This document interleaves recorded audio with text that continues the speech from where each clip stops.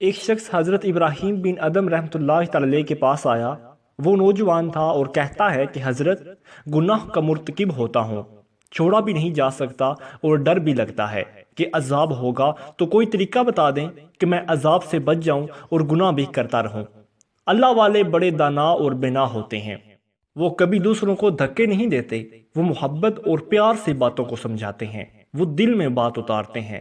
حضرت نے فرمایا کہ ہاں، میں تجھے طریقہ بتاتا ہوں۔ وہ بڑا خوش ہو گیا، بات سننے کے موڈ میں آ گیا، کہنے لگا کہ حضرت، وہ کون سا طریقہ ہے کہ میں گناہ بھی کرتا رہوں اور عذاب و سزا سے بھی بچا رہوں؟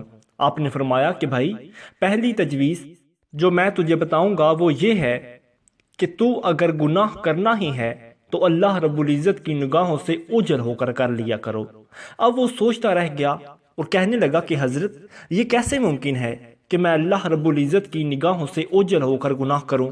یہ تو ممکن ہی نہیں۔ دوسری تجویز، حضرت نے فرمایا، پھر دوسری تجویز یہ ہے کہ تم رزق کھانا چھوڑ دو، اللہ سے کہہ دینا کہ نہ تمہارا کھانا کھاتا تھا اور نہ تمہاری بات مانتا تھا۔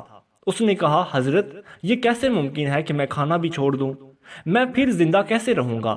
تیسری تجویز، حضرت نے فرمایا، پھر تیسری تجویز پیش کرتا ہوں، اور وہ یہ کہ زمین و آسمان اللہ رب العزت ہی کا مالک ہے، اس کی حکومت میں ہے، اور بادشاہ کی نافرمانی اس کے ملک میں رہ کر کرنا یہ ٹھیک نہیں ہے، لہٰذا اس سے باہر نکل کر نافرمانی کرو۔ اللہ پاک بھی قرآن پاک میں عجیب انداز میں فرماتا ہے، اگر تمہارے اندر استطاعت ہے کہ زمین و آسمان کے کروں سے باہر نکل سکتے ہو تو نکل کر دکھاؤ۔ نکلو گے کس دلیل سے نکلو گے؟ سورہ رحمان کی آیت نمبر 33۔ اس کی مثال ایسے ہی ہے کہ جیسے گھڑے کی مچھلی کدھر جائے گی؟ کہا کہ حضرت، یہ بھی نہیں ہو سکتا۔ چوتھی تجویز، فرمانے لگے، اچھا پھر ایک طریقہ اور بتاتا ہوں، وہ یہ کہ جب ملک الموت آئیں روح قبض کرنے کے لیے تو انہیں کہہ دینا کہ تھوڑا انتظار کر لو تاکہ میں توبہ کر لوں۔